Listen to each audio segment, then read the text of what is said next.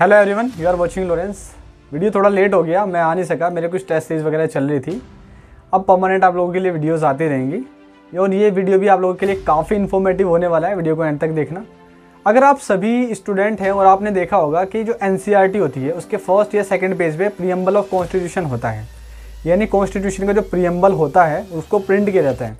किसी भी रिलीजन की टेक्स्ट बुक को प्रिंट नहीं किया जाता, चाहे फिर वो हिंदू रिलीजन से बिलोंग करती हो, मुस्लिम रिलीजन से बिलोंग करती हो, सिख कम्युनिटी से बिलोंग करती हो, किसी भी पर्टिकुलर रिलीजन की बुक को किसी भी स्टडी बुक के ऊपर प्रिंट नहीं किया जाता। क्यों? क्योंकि उसका एक रीज़न है।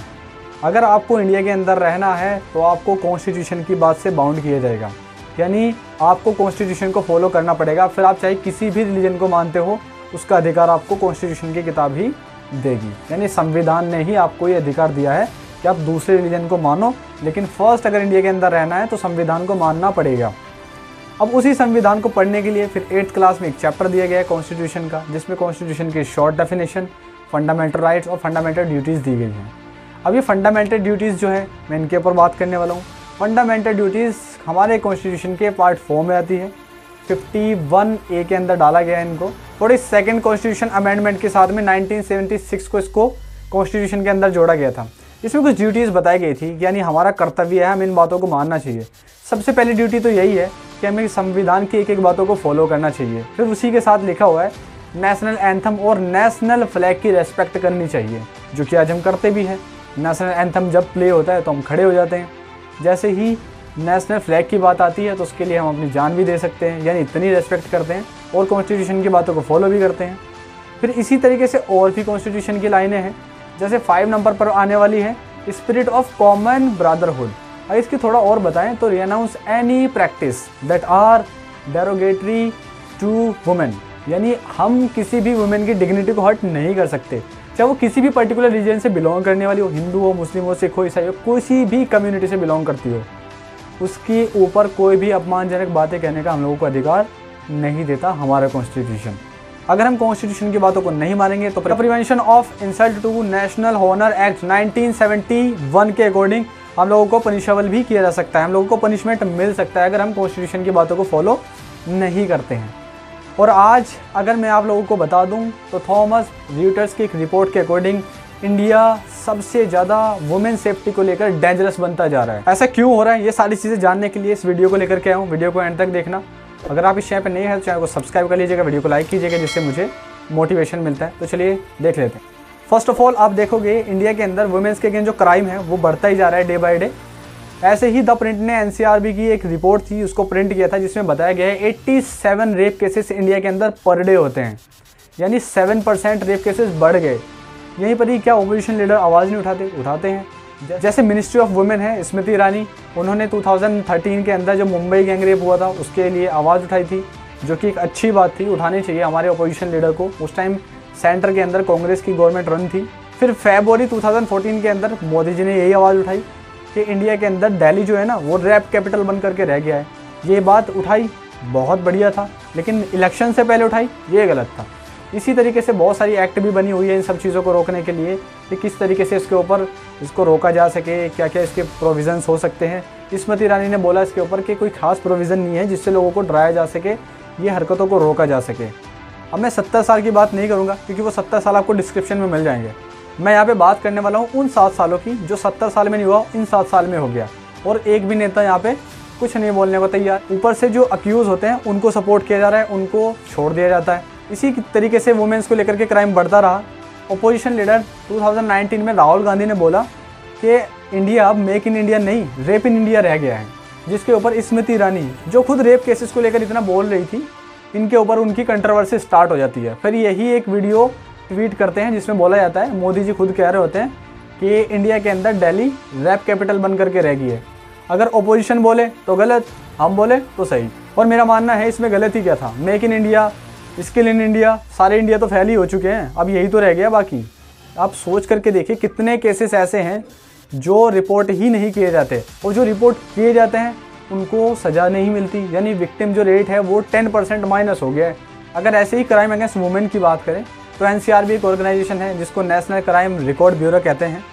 ये ऐसी ही कुछ रिपोर्टर्स का एनालिसिस करता है, जैसे अनएम्प्लॉयमेंट के ऊपर हो गया, वुमेन्स क्राइम को लेकर के हो गया। इसी तरीके से 2018 में इसने एक उसके ऊपर पूरी रिपोर्टिंग की कि कितने केसेस हुए हैं। 2019 में उसका डेटा रिलीज़ किया गया। उसके अंदर बताया गया कि वुमेन्स के अगेंस्ट होने वाले क्राइम एक साल के अंदर 3,78,000 समथिंग है।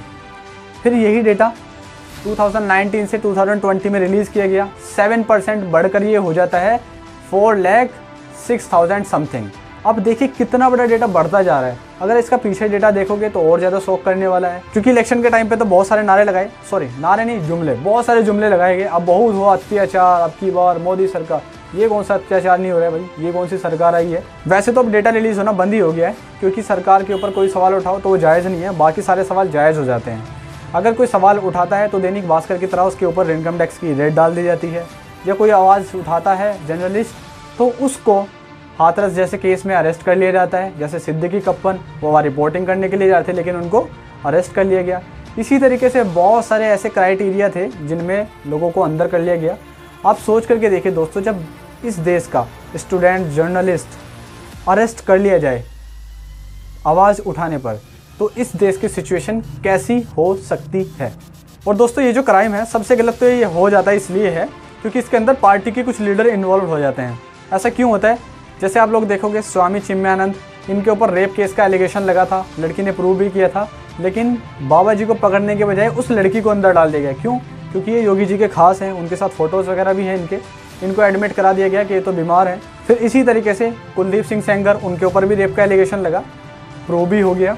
लड़की के पूरे परिवार को ख़त्म कर दिया गया, लेकिन उसको पार्टी से निकाला नहीं गया। बाद में जाकर के उसको पार्टी से निकाला गया जब सब कुछ ख़त्म हो गया।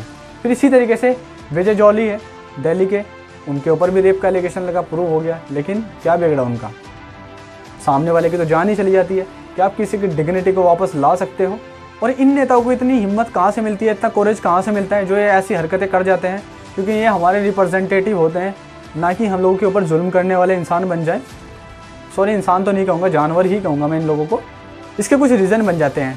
जब आपके बड़े लीडर आपकी सोच को सपोर्ट करें तो फिर छोटे लोग भी उन्हीं राह पे निकल जाते हैं। 2014 के अंदर योगी जी ने एक स्टेटमेंट दिया था कि अगर वो लोग हमारी एक हिंदू बेटी को लेकर के जाएंगे तो हम 100 मुस्लिम बेटी को अपने घर लेकर के आएंगे। कोई चीफ मिनिस्टर इस लेवल की बात कर सकता है? 70 साल में तो ऐसी कोई बात होती नहीं थी, 70 साल के बाद ये होने लगा। इसी तरीके से हरियाणा के चीफ मिनिस्टर मनोहर लाल खट्टर, उन्होंने बोला कि पहले बिहार से बहू लेकर के आते थे, अब धारा 370 हट गई है, अब कश्मीर से बहू लेकर के आएंगे। चीफ मिनिस्टर ये बात कह रहे हैं, 70 साल में तो ऐसा हुआ नहीं, अब होने लगा 7 साल के अंदर। कुछ अंधभक्त भी थे, उनकी तो मैं क्या बात करूं यहाँ पे। वो कहते थे कि 370 हट गया, अब तो प्लॉट खरीदेंगे जम्मू एंड कश्मीर में जाके। उनके लिए एक ही चीज़ कहूँगा, 2 कौड़ी के लोग कभी 100 करोड़ की प्रॉपर्टी नहीं खरीद सकते। इसी तरीके से एनआरसी का प्रोटेस्ट चल रहा था शाहीन बाग के अंदर। वहीं पर ही दिल्ली के जो एमएलए हैं परवेश, उन्होंने बोला कि ये लोग ऐसे हैं कि हमारी बहू बेटियों की आके इज्जत लूटेंगे।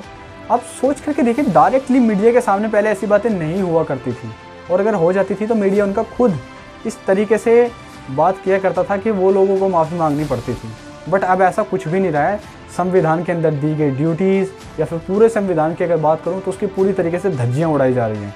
यानी इन्होंने अपना ही कोई एक संविधान बना लिया है। अगर इस संविधान की बात करूं तो ये संविधान वो है जिसकी शपथ लेकर के ये मिनिस्टर बनते हैं कि विधि द्वारा किया गया स्थापित, हम इसके प्रति पता नहीं कौन कौन सी बातें करते हैं, फलानी ढिकानी। लेकिन आप लोगों ने देखा ये किस तरीके से डिग्निटी को हर्ट किया जा रहा है। हमारे कॉन्स्टिट्यूशन में भी इस चीज़ को मना किया गया है कि आप किसी की भी बात को नहीं उछालोगे, चाहे वो किसी भी पर्टिकुलर रिलीजन से बिलोंग करती हो।